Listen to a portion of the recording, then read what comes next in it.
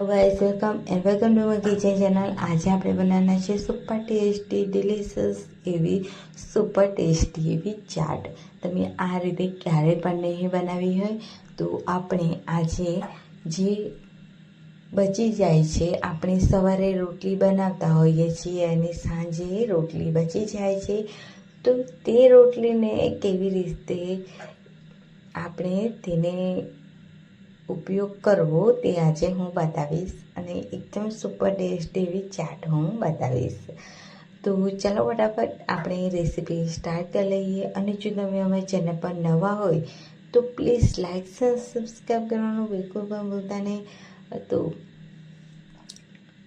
ચલો ફટાફટ recipe start કરીએ। તો મેં 4 થી 5 રોટલી લીધી છે, તો તમે જોઈ શકો છો। તો મારી સવારે બચી ગઈ હતી, તો મેં બપોરે આ રેસીપી બનાવી છે। તો ખૂબ ટેસ્ટી એવી લાગે છે। નાની નાની એવી ભૂખ માટે આ રેસીપી બનાવી અને તમે ખાઈ શકો છો।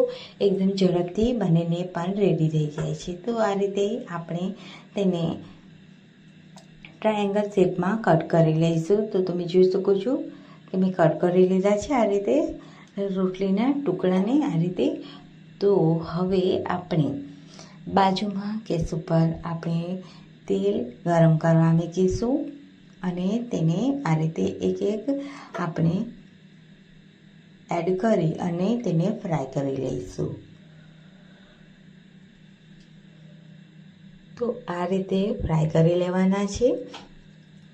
ખૂબ ટેસ્ટી એવા એકદમ ક્રિસ્પી એવા બનીને રેડી થાય છે। તો મેં બધા જ આ રોટલીના ટુકડાને એકદમ સરસ રીતે ફ્રાય કરી લીધા છે।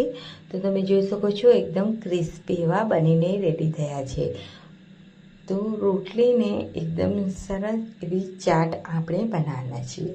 તો મેં ટમાટર, અનિયન, કાચી કેરી, લીલા મરચાં, ધાણા આ રીતે કટ કરી લીધા છે।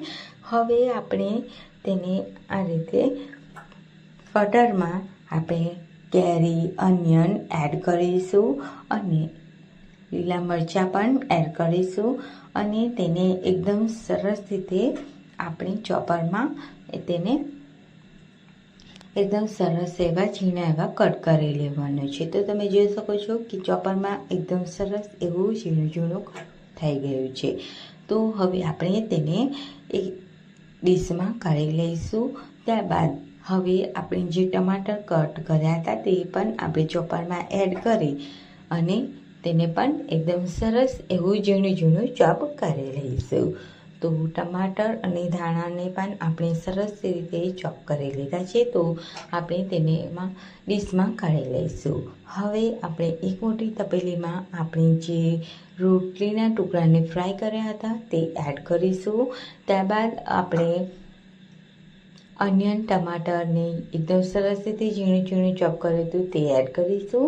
ત્યારબાદ તેમાં આપણે અડધી વાટકી જેટલી તીખી સેવ, 2 થી 4 આપણે વેફર એડ કરીશું, મોરી તીખી તમારે જેવી ગમતી હોય। ત્યારબાદ તેમાં ગાંઠિયાનું ચવાણું એડ કરીશું।